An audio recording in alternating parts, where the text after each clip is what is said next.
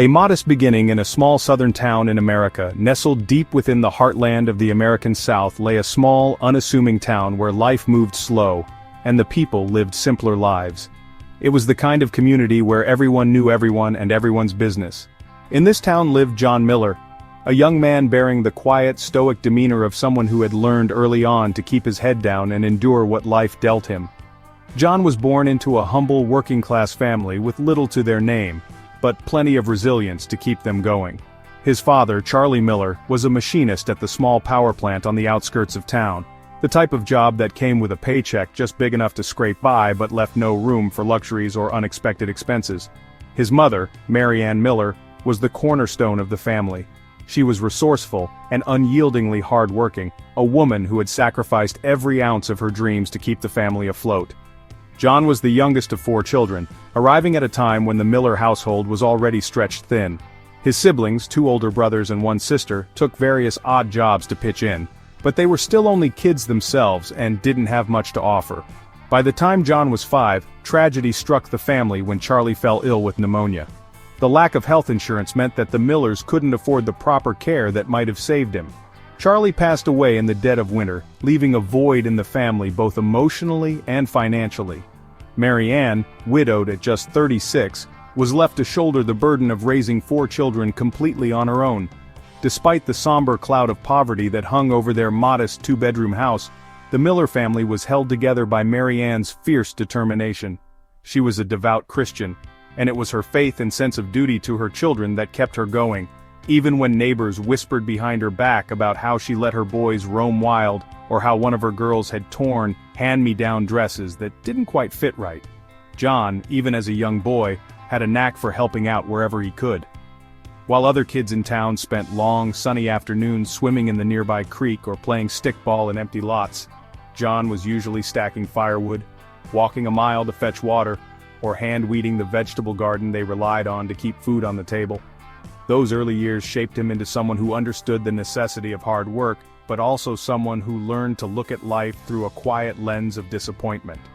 He heard the grown-ups talk when they thought he wasn't listening, that the Millers were just barely making it, that young John Miller don't stand a chance to get out of this place. School life offered no sanctuary either. John, bearing his father's strong jawline and piercing blue eyes, was shy and introverted, often sitting in the back of the classroom and avoiding attention. While he was no slouch in his studies, John's real strength lay in his hands. He had a natural ability with tools, something Charlie had taught him in the rare father-son moments they had. But being good with tools wasn't enough to escape the social stigma of growing up poor in their small community. Locals frequently set low expectations for boys like John, assuming they'd either settle into the mill or spend their lives grazing by on out-of-season farming work. Mary Ann, for all her struggles, was John's champion. "The Lord gives to those who help themselves, Johnny," she always said, gently encouraging him to aim higher than the world expected. To remind him of his potential, she kept his father's worn Bible and passed-down pocketknife locked in a wooden chest, always emphasizing that these were things of men, items John would inherit when he was ready to shoulder the world's responsibility. Summer nights were both a time of heartbreak and solace. The family, unable to afford air conditioning, sat on their sagging front porch, listening to the symphony of crickets, but dreaming of something better. Mary Ann would often hum old hymn tunes, and despite the financial hardship, these were also moments of familial unity, moments when John could almost believe there was more for him waiting out there somewhere beyond the cracked roads of their sleepy town. But John's dreams, like most, didn't stretch very far. He longed to be a somebody, though he didn't have a roadmap to what that might be.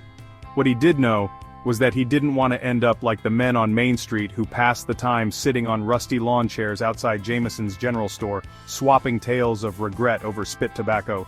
John's view of the world was at once hopeful and restrained. He dared to want more but felt bound by circumstances to achieve less. The seeds of frustration were sown young, but they didn't bloom into anger just yet. Instead, they grew into quiet determination. For John Miller, the beginning of his story wasn't marked by ambition or audacious dreams, but by a stoic resolve to simply keep putting one foot in front of the other, hoping that one day somehow, it might lead him away from the small-town struggles he knew so well. A harsh coming of age, and the crush of social expectations.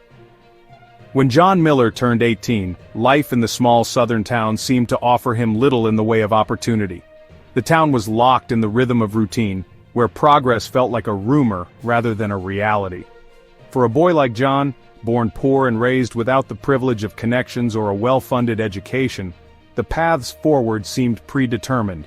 You either picked up a trade or joined the military. In John's case, the latter came not as a choice but as a necessity.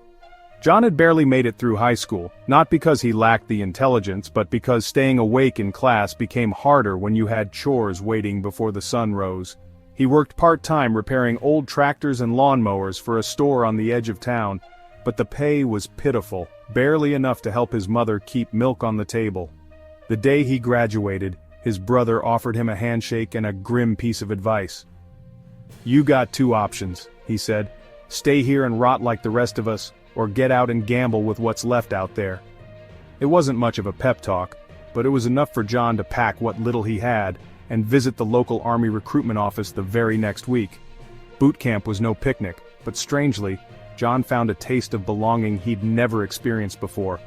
The rigors of military training demanded a level of discipline that he seemed pre-wired for, a stoic resilience inherited from his mother, and a willingness to follow orders honed over years of being the invisible kid. He wasn't the strongest, nor the fastest. But what John lacked in sheer athleticism, he made up for in quiet determination. His drill sergeant, a grizzled veteran of Vietnam, took a liking to John, often telling the other recruits, "That Miller boy might not talk much, but he does the job right. The world could use more of that kind of man." For a while, John thrived. The Army not only fed him 3 square meals a day but gave him a purpose.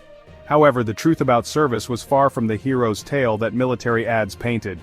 The South's economic stagnation meant that many recruits had signed up out of desperation rather than patriotism, and John soon found himself rubbing elbows with fractured men, some of them scarred emotionally from past wars, others hardened bullies merely biding time.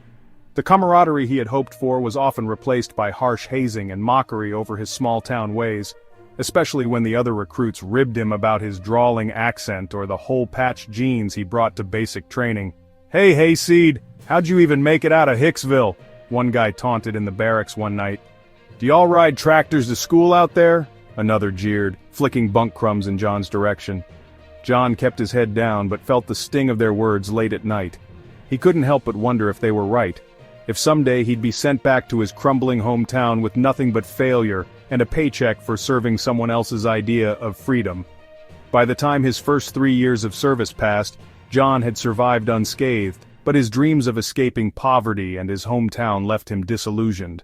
The promotions went to men who were louder, flashier, more willing to stick their necks out or play politics. When he returned home after his service ended, John felt a conflicting blend of pride for his time in uniform and shame that his escape plan had ultimately failed.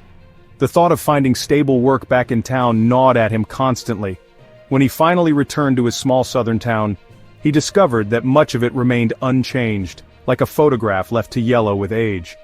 The familiar sight of the old gas station and the weathered steeple of the town church filled John with longing and dread all at once. While he was gone, his mother had grown older, her once firm hands weakened by arthritis but still determined to manage the household. His siblings had scattered, some married off, others trapped in the same cycle of hourly wages and dreams deferred. John's attempts to find meaningful employment proved difficult. The best job he could manage was as a repairman at a local machine shop, fixing industrial equipment for the surrounding farms.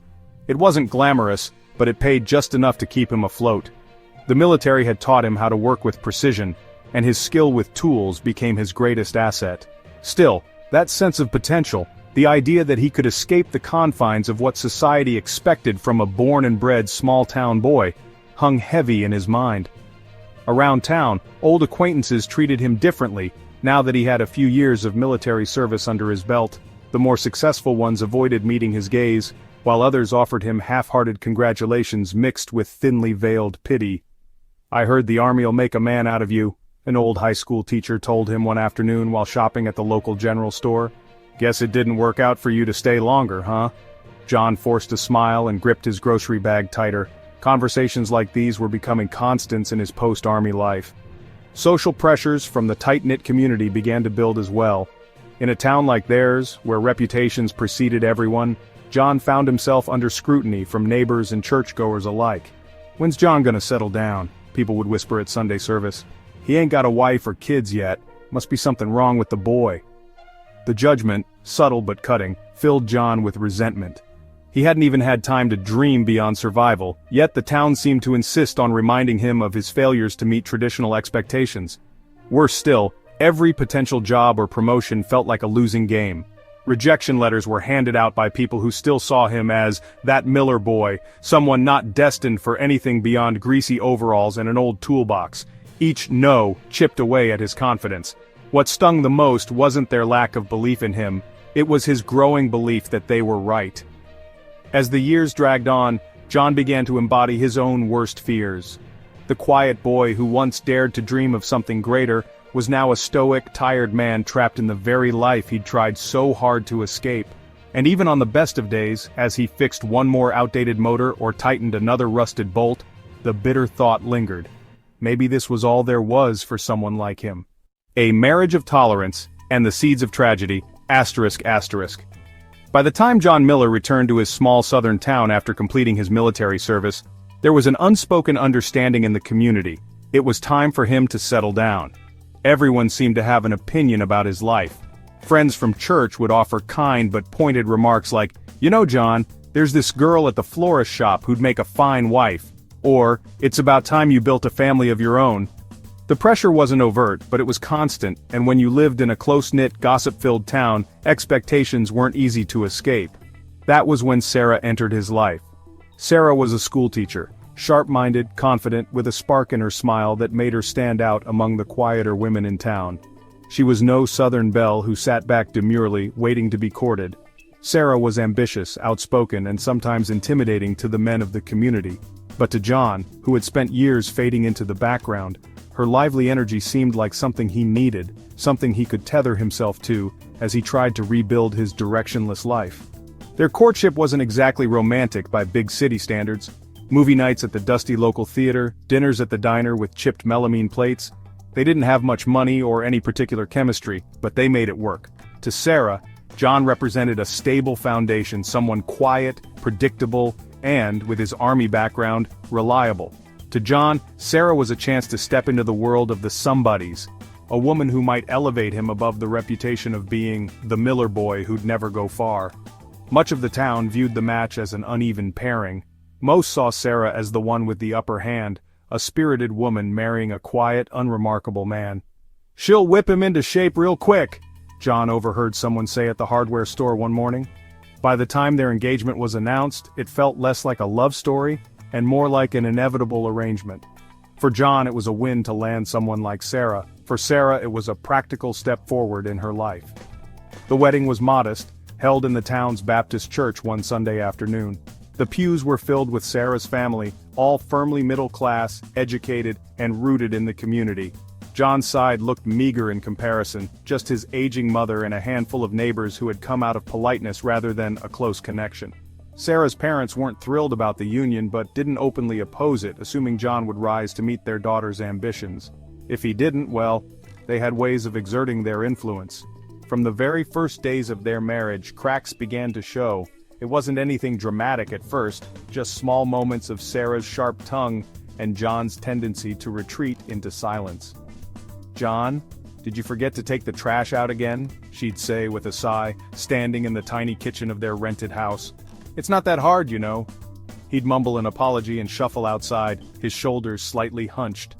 "It's like he's not even trying sometimes," Sarah would later vent to her mother during their weekly phone calls. "I mean, I love him, but he doesn't act like he's a grown man. I've got 2 jobs at school and he can't even handle fixing the faucet without me nagging him about it."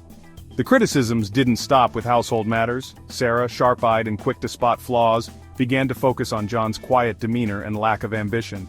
To her, he was content with mediocrity, happy to repair engines at the shop and mow the lawn on Sundays. "I'm not asking for a millionaire, John," she said to him one evening over dinner, "but don't you want something more for us? You're smarter than this. Why don't you look into getting certified for something better? Hell, even just a supervisory position at the shop wouldn't be a bad place to start." But John wasn't a man built for bold steps or big risks. His military years had taught him to follow orders, keep his head down, and avoid confrontation. The more Sarah pushed, the more he pulled back, retreating into the safety of routine and unspoken resentment. What neither of them understood was that their marriage wasn't built to withstand the weight of unspoken expectations and buried insecurities. On the surface, their life seemed fine: a 3-bedroom house on the edge of town, 2 cars, and eventually 2 children. But Sarah's growing frustration and John's inability to meet her demands began to create a divide that only widened with time. Sarah was an accomplished teacher, well-liked by parents and admired by colleagues. To many, she embodied the modern Southern woman, poised, intelligent, and fiercely independent. At home, however, that same independence often clashed with John's quiet, traditional notions of what a husband and father should be. She would take charge of everything from their finances to the kids' homework, delegating tasks to John only when she felt it absolutely necessary. "God, John, do I have to do everything?" became a recurring phrase in their household. And though John never yelled or argued back, the weight of those words settled into his chest like lead. As time passed, the cracks in their marriage grew more visible. Sarah grew impatient with John's reluctance to speak up or push back, mistaking his quiet nature for indifference. Meanwhile, John began to resent her constant criticisms, storing up every cutting comment and dismissive remark, though he never voiced his frustration. In the small town, whispers began to circulate. Neighbors noticed Sarah chatting animatedly with other men at church while John lingered in the background, silent as ever. Sarah's co-workers at school joked about her fixer-upper husband, sometimes in ways that made her laugh but left her uneasy when she went home to him at night. "They don't mean anything by it, John," she told him once after he overheard a co-worker call him Mr. Can't Get It Together at a school barbecue. "It's just, you've got to admit you're not exactly doing much to prove them wrong." John didn't respond. He avoided her gaze, retreating to the porch where he sat for hours, staring out at the horizon as if the answers to his life's questions might appear out of nowhere. For John, the marriage had gone from a promise of love and stability to a daily exercise in endurance. For Sarah, it had become a failed project, a man she thought she could shape but who had refused to change. Neither realized how dangerous their growing discontent could become, nor how the walls of their home, which once represented a fresh start, would come to hold the bitterness of unspoken words and unmet expectations. What began as a quiet marriage built on compromise would soon devolve into something far darker, with neither John nor Sarah prepared for the consequences of a relationship held together by little more than obligation and sheer willpower. Isolated at work and in social life. ***. After returning to his small southern town, John Miller found a job at a local repair shop fixing industrial equipment. The pay wasn't great, but it was steady, enough to buy groceries and keep a roof over his family's head. To outsiders, this seemed like a decent arrangement, especially in a town where jobs were scarce. But for John, the workshop became another prison, one filled with machinery, oil-stained floors, and people who made him feel smaller every single day. The men at the shop weren't kind to someone like John. In a workplace dominated by loud opinions and rough banter, John's quiet, reserved nature stuck out like a sore thumb. The other mechanics were older, tougher, and more experienced. They quickly pegged John as the guy who would never talk back, the one you could shove the dirtiest, most back-breaking tasks on without hearing a word of complaint. "Hey Miller," one of his co-workers barked one Monday morning, tossing a heavy toolbox onto John's work table with a loud clang. "I need you to handle the wheeler job. Transmission's shot and it's a goddamn mess. Nobody feels like touching it today, so it's all yours." John didn't argue, even though that particular piece of equipment was known to be a nightmare to repair. Instead, he nodded, rolled up his sleeves, and got to work under the disdainful stares of his colleagues. They saw him as weak, someone who lacked the confidence to stand up for himself. What they didn't see, what they didn't bother to see, was that John didn't complain because he couldn't afford to lose this job. He couldn't afford to stir the waters in a town where everyone knew each other and held grudges like heirlooms. The teasing wasn't limited to just shop work. During lunch breaks, John often ate alone, sitting quietly on an overturned bucket at the edge of the shop while the others crowded around the table, cracking jokes and downing sandwiches. Sometimes they'd make half-hearted attempts to include him in their conversations, but the tone was always condescending. "So, Miller," one of them drawled one afternoon, his voice dripping with mock curiosity, "you ever think maybe the army should have just kept you? You seemed better suited there, nice and quiet, doing what you're told." The group chuckled, and John forced a polite smile, though his stomach churned. They knew nothing about what his time in the army had cost him, nor did they care. To them, he was just the quiet guy. The odd one out who didn't have the guts to fire back or defend himself. But it wasn't just work that felt isolating. Life in the town didn't offer much reprieve either. John's neighbors viewed him with a mix of pity and mild contempt. He wasn't like the other men, who spent their weekends hunting or drinking beers on their porches, gabbing on about football. He wasn't outspoken, wasn't charming, and wasn't ambitious in the way that small southern towns seem to idolize. Walking into the local diner for breakfast was an exercise in discomfort. The regulars always sat at the same counter stools, their conversations halting briefly when John walked in, only to start again with a whisper or two thrown in his direction. "That's Miller," someone muttered behind their coffee cup. "You know, the one married to Sarah. Lucky girl's got her hands full with that one." Even his wife Sarah seemed to look at him differently as the years passed. She had married John expecting stability, but what she got, in her opinion, was stagnation. To her, John's sense of quiet humility started to look more like a lack of motivation, a refusal to strive for anything greater than what life handed him. "John, people are starting to talk," Sarah said one evening as they sat at their small kitchen table. Her tone was clipped, like she'd rehearsed this conversation in her head all day. You're too okay with settling. You don't have to make millions, but you could be trying harder. Take a night shift. Go for the supervisory role." "I'm doing my best," John replied after a long pause, his voice soft but steady. "Are you?" Sarah shot back, her frustration evident. "Because from where I'm sitting it feels like you're afraid of trying anything new. I mean, what kind of example is that for our kids?" John didn't answer. He didn't know how to because deep down he feared she was right. What kind of example was he setting? The truth was, John felt more alone than he'd ever admit. He didn't feel comfortable at work, in his town, or even in his own home at times. Every space seemed filled with people judging him, misunderstanding him, expecting him to be something he didn't know how to become. At church, where families sat side by side in the worn pews, John often felt like he was on display. Members of the congregation would nod politely as Sarah ushered the kids into their places, but he could feel the unspoken critiques in their glances. "He's not even leading his family," one man whispered to his wife during the sermon, just loud enough for John to hear. "You gotta be strong in this world, and that Miller boy don't got what it takes." These small, relentless moments built up over time. The laughter at his expense, the quiet murmurs, the dismissive gestures, they came together to form a chorus of rejection that echoed in John's mind endlessly. Even when John tried to connect, to reach beyond his circle, things always seemed to backfire. Once he attended a weekend fishing trip with some coworkers in an effort to bond. The trip was supposed to be lighthearted, a chance to blow off steam, but the ribbing turned cruel by midday. "Jesus, Miller, do you even know how to hold a damn rod?" one man teased, after John struggled with a tangled line. "Maybe we should have brought his wife along, bet she'd catch more," another chimed in, grinning. John laughed along weakly, pretending it didn't bother him. But that night, as he sat alone in his truck before driving home, he gripped the steering wheel tightly, his knuckles white with tension.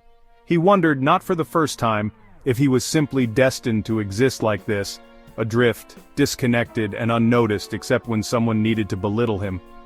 The isolation wasn't just external, it seeped into his heart and mind, making him feel like an outsider even in moments of supposed intimacy. By the time the first cracks in his marriage appeared, John had already been living with the heavy burden of loneliness for years. He had no one to confide in, no sanctuary to escape to, and as time passed, he began to wonder if the silence he clung to as a form of self-preservation was slowly suffocating him instead. The complete collapse of the marriage ***. The cracks in John and Sarah's marriage, once hairline fractures hidden beneath a facade of normalcy, had widened into gaping chasms.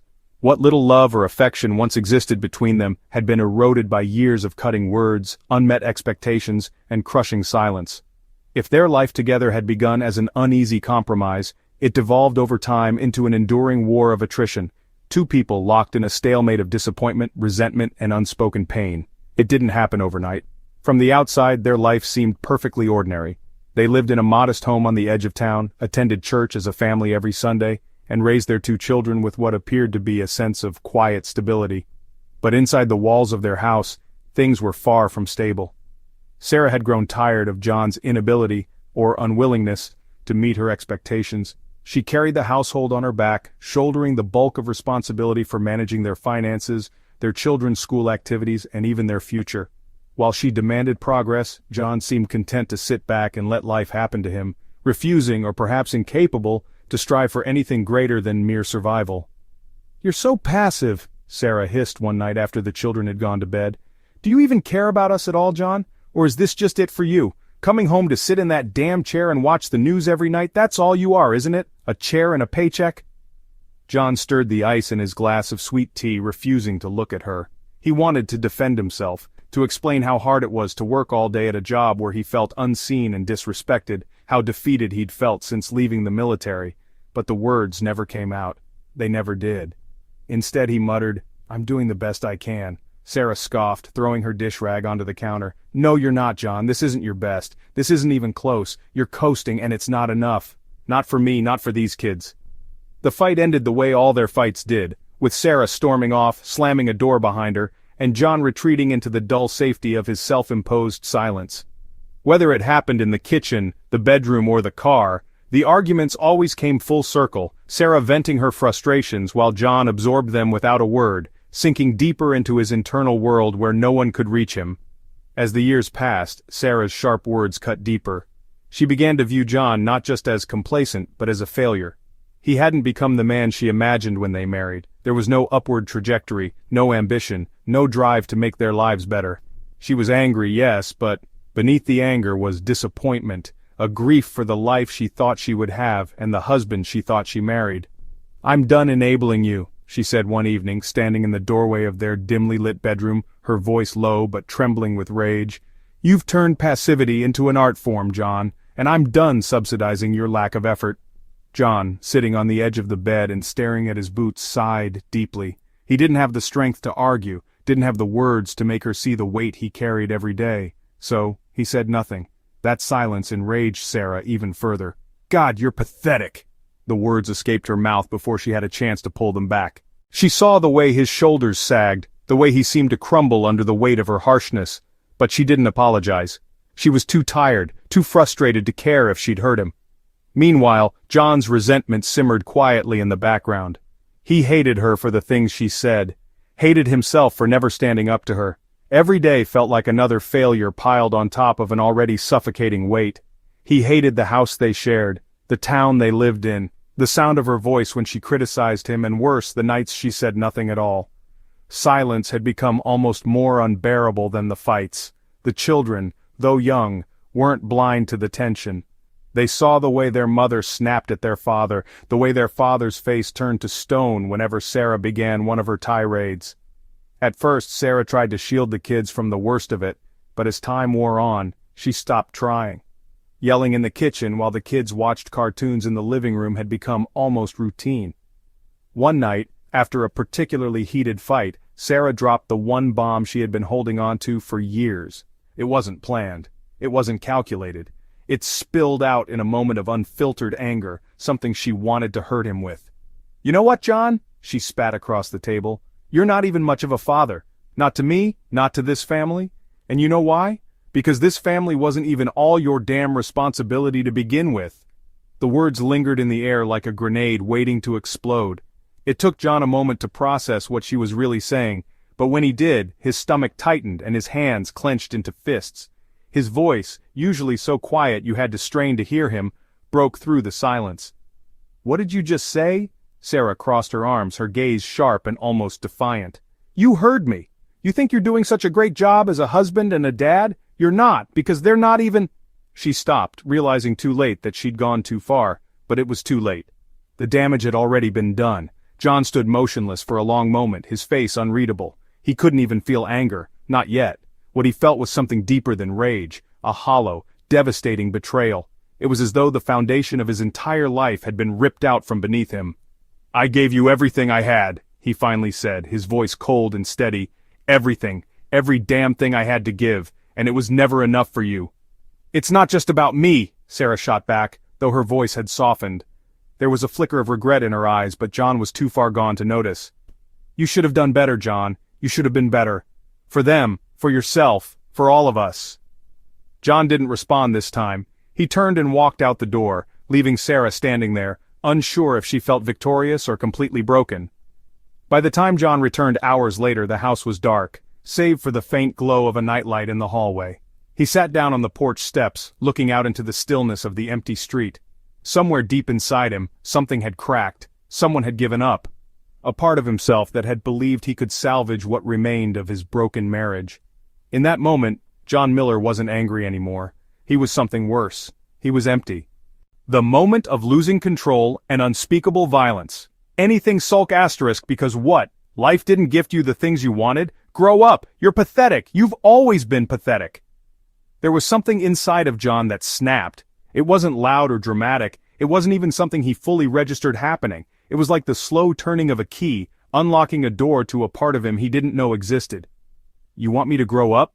he said, his voice almost unnervingly soft. He stood up from the table, his towering frame casting a shadow across the dining room.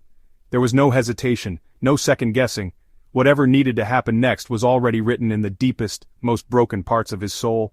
"Yeah, John," Sarah spat, taking a step closer to him. "Be a fucking man for once in your life." The next moments were a blur of movement, anger, and guttural primal noise. John didn't remember reaching for the heavy wrench he'd left by the side door earlier that day, nor did he remember the sound it made when it connected with Sarah's body. All he could hear, deep, consuming, and deafening, was the sound of years of bitterness leaving him, one terrible blow at a time. Sarah collapsed against the edge of the table, crying out in pain and shock. "John!" she screamed, her voice trembling now, no longer angry but terrified. "John, stop!" But he couldn't, or maybe he simply didn't want to. His mind was no longer rooted in the present. It was trapped in every failure, every slight, every insult, every moment he'd been made to feel small. The children, hearing the commotion, peeked out of their bedroom door only to freeze where they stood. There was their father, their quiet, solemn father, standing over their mother, breathing heavily with tears streaking his face, wielding violence in a way that made no sense in a home where silence had always been the fiercest weapon. When it was over, the house fell so quiet that John thought for a moment he might have gone deaf. He looked down at Sarah's crumpled form, her lifeless eyes staring up at him with an expression that made his stomach churn. The wrench slipped out of his hand, hitting the floor with a metallic clang. The sound startled him back into reality, but it was too late. His chest heaved as he turned slowly toward the children who were frozen in the hallway, their faces pale with terror. "Go back," he said, his voice breaking. "Go back to your room," he whispered. But the words didn't sound like his own. They sounded foreign, like they came from someone else entirely. In the end, there was no plan. No carefully orchestrated excuses or attempts at redemption. The beast inside of John, the one Sarah had unknowingly awakened long ago, had finally won. And as the silence of the house gave way to the faint sound of sirens in the distance, John realized there was no going back. What he had done had crossed a line no man could uncross. The moment of losing control and unspeakable violence. "Try not asterisk, get to talk to me like that." Sarah pushed back her chair with a harsh screech, standing now, her hands planted firmly on her hips. "You just sit there, day after day, doing the bare goddamn minimum, and now you're going to tell me to shut up? Are you kidding me?" John's jaw clenched tightly, and for the first time, he looked her directly in the eye. His voice was quieter now, but somehow heavier, weighted with something neither Sarah nor the kids had ever heard from him. "You want to know what I think, Sarah?" he said, his tone measured and slow. I think you should have kept your mouth shut 5 years ago when this all started. When you decided that I wasn't worth respecting anymore." Sarah recoiled slightly, more out of shock than fear. "Excuse me?" she spat. "You think you're so damn perfect," John continued, pushing his chair back as he stood to full height. "You think you're holding this family together? All you do is tear it down, me, the kids, everything. You've been doing it for years." "Oh, please," Sarah snapped back, stepping closer to him now. "You want to talk about who's tearing this family down? Look in the mirror. You're the one who—" She never finished the sentence. He couldn't remember the exact moment he felt his restraint shatter, couldn't recall the split-second decision that led him to grab the wrench he'd left near the back door after working on the car earlier that evening. All he remembered later was the sound, the heavy, sickening thud that seemed to echo long after the room went silent. Sarah crumpled to the floor, her cries of pain barely audible over the pounding in John's ears. Somewhere in the distance he thought he heard the muffled screams of his children, but he couldn't be sure. Time slowed as he stared at Sarah's body, sprawled awkwardly on the kitchen tiles, her breathing ragged and uneven. The wrench felt impossibly heavy in his hand now, and when it finally fell from his grip, it landed with a metallic clang that seemed to shatter the silence. In that moment, John felt hollow, not triumphant, not remorseful, just empty. Behind him, the children huddled in the hallway, crying softly but saying nothing. They were too afraid to speak, too afraid to do anything other than watch from the shadows. John turned to them slowly, his expression unreadable, his eyes distant. "Go to your room," he said softly, his voice trembling. "Go to your room now." They didn't move at first, their small bodies rooted in shock and fear, but eventually they obeyed, shuffling silently down the hallway as though trying not to make a sound.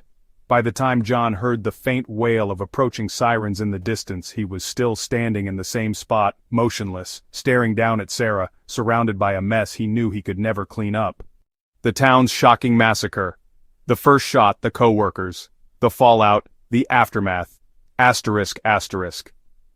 When the news hit the town, it didn't just rattle people. It broke the very fabric of the community. This wasn't the kind of place where things like this happened. People here married young, raised their kids in clapboard houses and lived out their days peacefully, steeped in quiet traditions. But now, they had to reckon with the idea that someone like John Miller, someone they'd spent years ignoring or belittling, could harbor a monster like this within him. Survivors whispered of the quiet moments leading up to the massacre. Maybe if someone had taken him aside, maybe if someone had extended an olive branch when he was at his lowest, things could have been different. But in truth, no one knew how to reckon with what they'd done, or undone, in him. And as John sat in a metal cell, alone and blank-faced, the town's wounds continued to fester, its gossip-laden whispers quieter now, laced with fear of who else might break under the weight of it all. The manhunt and tragic finale.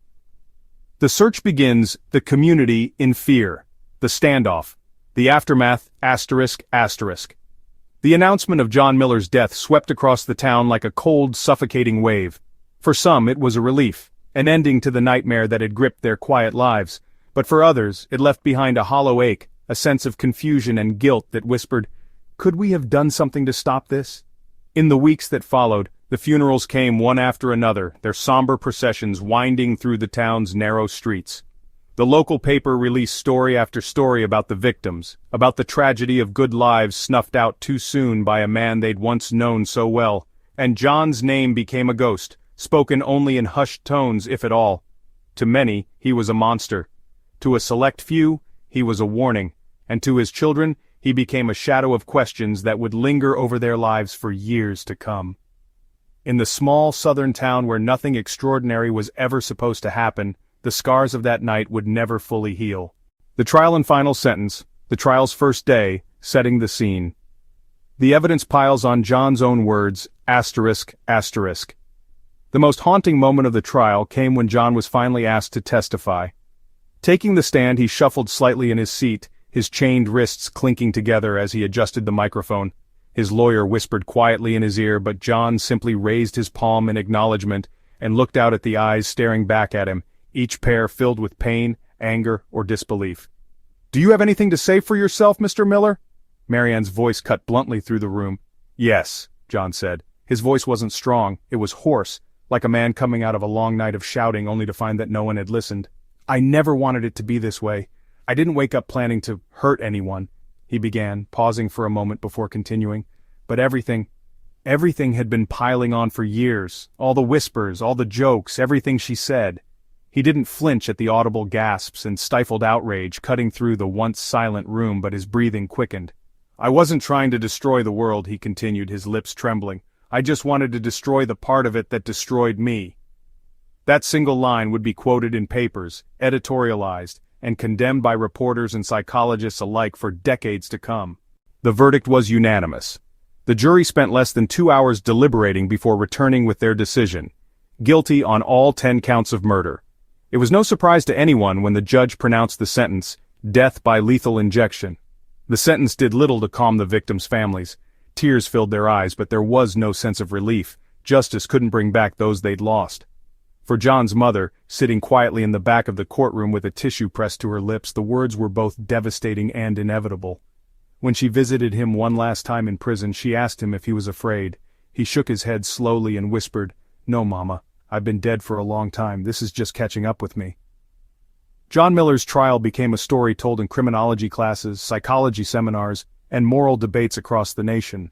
People referenced it as a cautionary tale, a tragic example of loneliness, anger, and mental illness metastasizing into catastrophe. For the town, however, it was more than a story, it was an eternal wound. Even as years passed, no gravestone was placed for John Miller. His name faded from most lips, spoken only in passing as the monster we didn't see coming. But his children, the ones left behind, carried his shadow with them wherever they went, asking the same question that haunted everyone else: hidden anguish from tragedy and revelations born too late. When the chaos finally settled, and the sound of sirens faded from the small southern town of Pinesville, what remained was not just tragedy, but an eerie silence.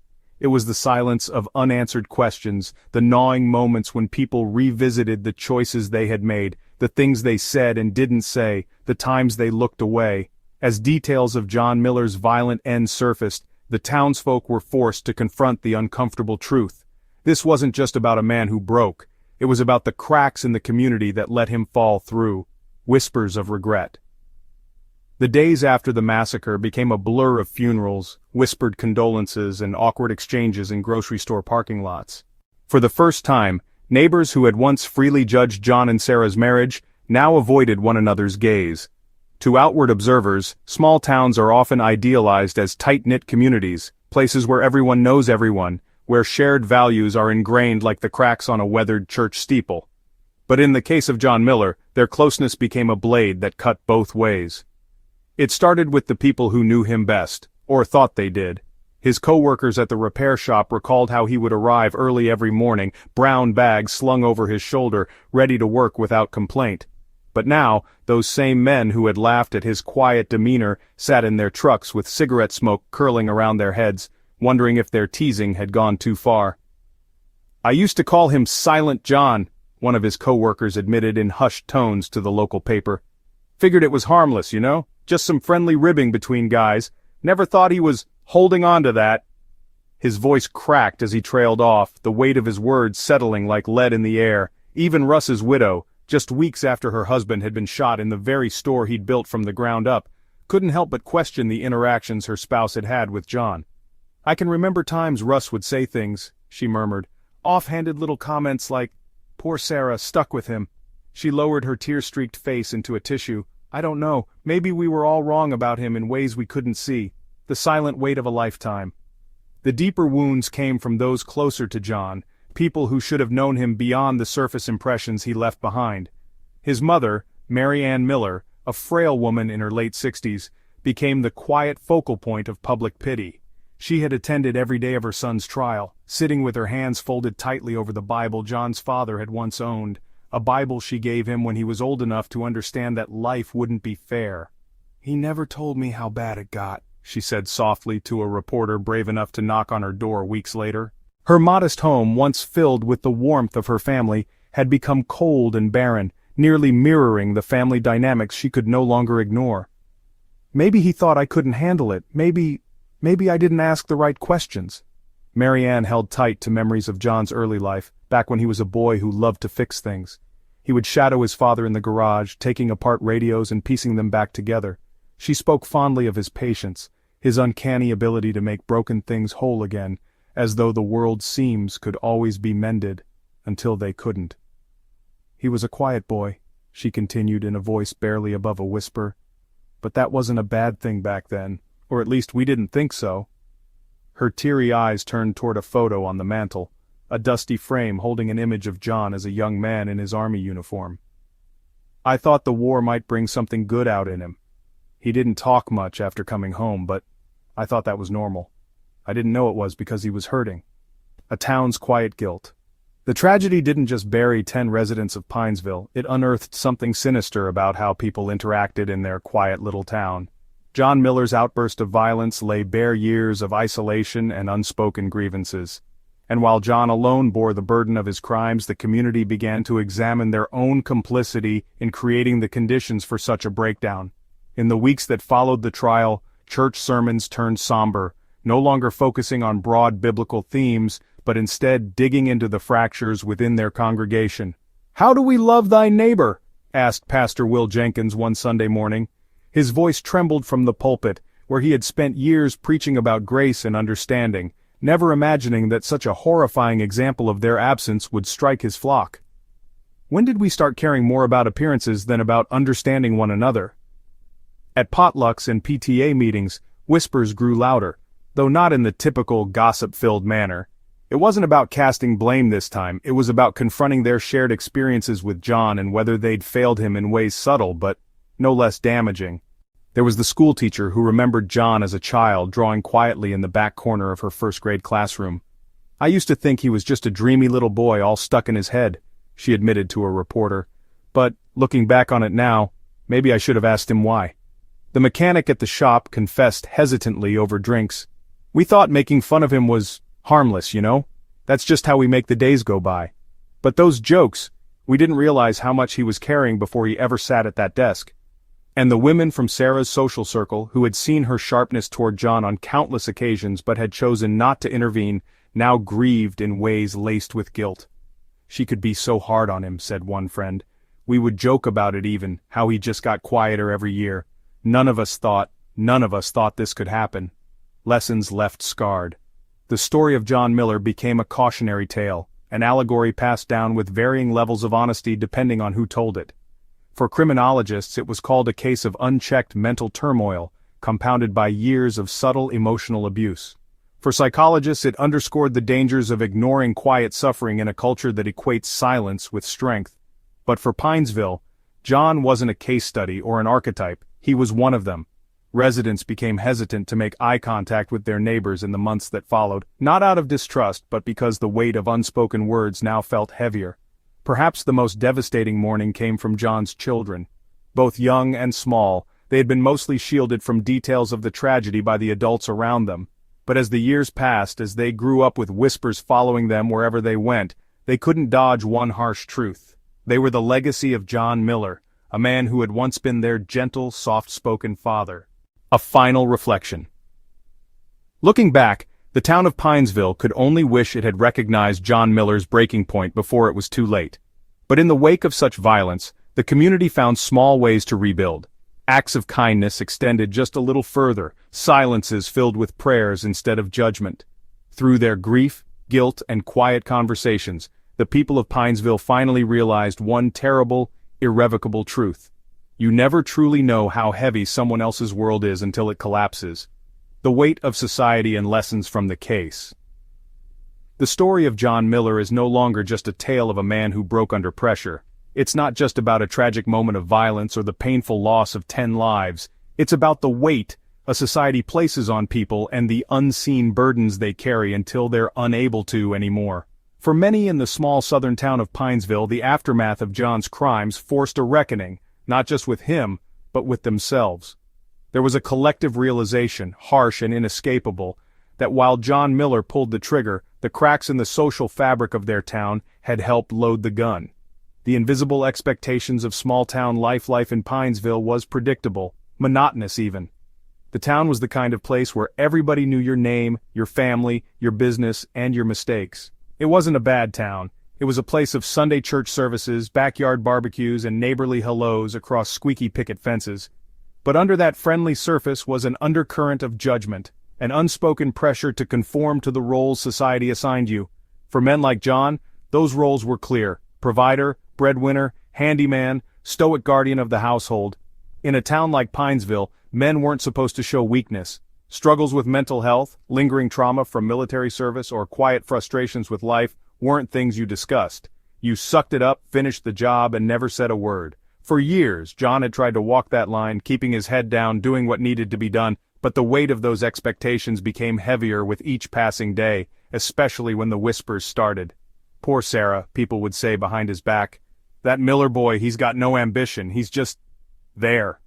What no one saw was the quiet struggle John faced, the growing disillusionment, the sense of failure that gnawed at him every time someone laughed at one of his mistakes or dismissed him as lazy or useless. The louder the town's judgment became, the smaller John felt, and yet, like so many men in communities like Pinesville, he said nothing. He didn't push back against the criticism, he didn't confide in anyone. Not his friends, not his wife, not the pastor. John carried the emotional weight alone, believing it was his cross to bear. A community that brushed off red flags. In the aftermath of the tragedy, many people in Pinesville began to ask themselves hard questions. Why didn't they see it coming? Why didn't anyone step in? The truth was they had seen warning signs. They just hadn't known what to make of them. Some had noticed how quiet John had become over the years. At the shop, he'd kept to himself, rarely joining in on the joking banter of his co-workers. When someone teased him, he'd simply smile thinly and turn back to his work. On Sundays, he sat in the back pew at church, staring at the stained glass as though he were miles away, even as others sang hymns around him. Even Sarah's sharp remarks, delivered loudly enough for neighbors to overhear, had raised eyebrows. "I thought they were just having a rough patch," one woman said later. "It didn't seem like a big deal at the time. Everybody fights, right?" But hindsight has a way of sharpening the truth, and in the wake of the killings, it became impossible to ignore how many red flags had been brushed aside. The silent stigma of mental health. If there was one topic the people of Pinesville avoided, it was mental health. Therapy was something big city people did, not something you needed when you had faith, family, and a strong work ethic. For men like John, the stigma was even greater. To admit you were struggling was to risk being seen as weak, incapable, a failure of a man. In John's mind, his silence was a form of protection, a way of proving to himself and others that he could handle the weight.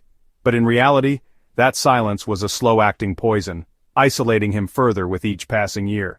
He came back from the army different, John's old high school friend said during a news interview. He was always a quiet guy, but after he served, it was like something was gone from him. I told him to join the VFW, talk to the other veterans, but he just shook his head, said it wasn't his thing. I should have tried harder. John's isolation wasn't unique. Many in town carried their own burdens, traumas, regrets, fears, but there was an unspoken rule in Pinesville. You dealt with your problems in private. After all, to admit you needed help was to open yourself up to gossip and speculation, two things no one wanted to face. The pressure cooker of gender roles.